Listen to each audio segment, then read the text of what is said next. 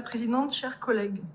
Le plan stratégique régional s'inscrit dans un cadre fixé par l'Europe et l'État.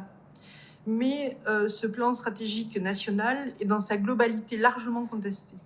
Au Parlement européen, Éric Andrieu a voté contre le règlement du PSN en disant qu'il ne voulait pas signer un chèque en blanc. Benoît Biteau, quant à lui, écrit que cette PAC est une insulte aux paysannes et paysans, au pacte vert, à la biodiversité et au climat.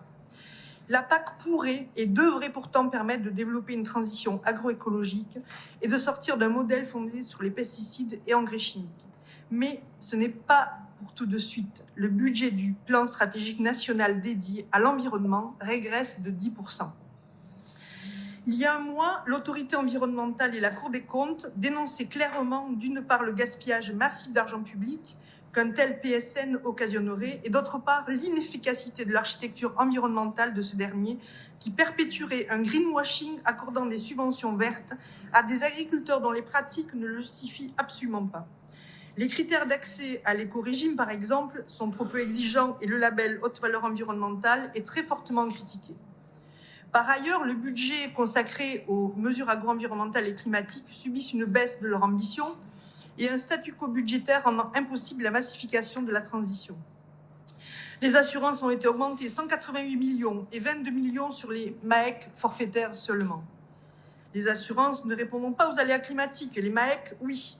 12,5 milliards par an d'aide à l'hectare par an en France. Une rente de situation qui n'œuvre pas pour une meilleure répartition et ne répondent pas aux problèmes de revenus des paysans. La PAC ne favorise pas l'emploi et le revenu. Elle n'incitera pas à s'installer.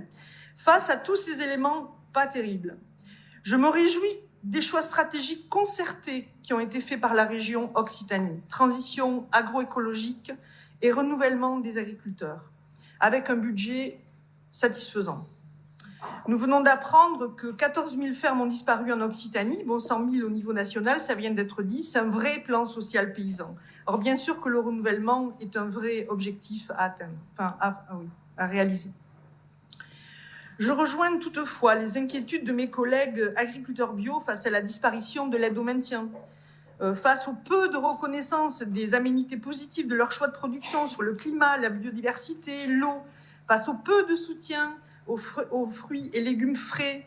Alors oui, la région Occitanie a construit au mieux dans le cadre que l'État lui a proposé, État même qui a raté l'occasion de construire et développer une grande nation agricole et d'accompagner ses paysans vers une vraie transition agroécologique pour une alimentation de qualité et une préservation de l'environnement.